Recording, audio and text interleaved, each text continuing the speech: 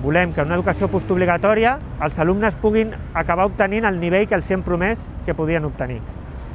L'educació postobligatòria no pot funcionar igual que l'educació obligatòria, que tothom ha d'acabar obtenint el títol, perquè si no acabem devaluant aquest títol. Sí que és cert que de primer de batxillerat a segon hi ha un cert canvi, sobretot també en les matèries i en el contingut, és més dens, però jo crec que si ets constant al dia a dia i vas a l'escola i de veritat estàs perquè t'agrada, no crec que sigui excessivament dur. Jo crec que a Espanya, en comparació amb els altres països, el nivell és bastant accessible, perquè jo, per exemple, soc de Polònia i sempre que parlo amb els meus amics o familiars d'allà i m'expliquen la seva experiència, sembla ser que allà la selectivitat i en general el nivell de l'educació és molt més exigent i dur que aquí.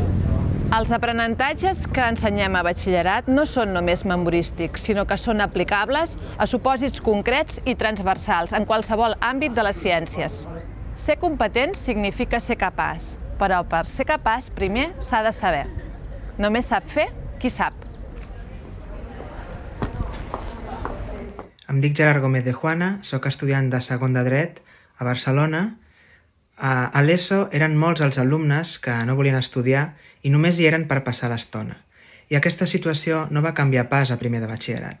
Però només els que realment volíem estudiar i continuar formant-nos vam seguir fins a segon de batxillerat.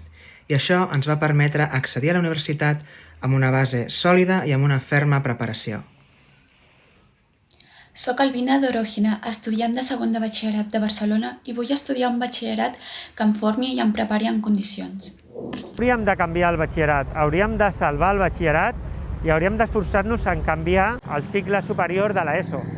Hem d'aconseguir que els nostres alumnes obtinguin unes competències i uns continguts que ara mateix no estan obtenint.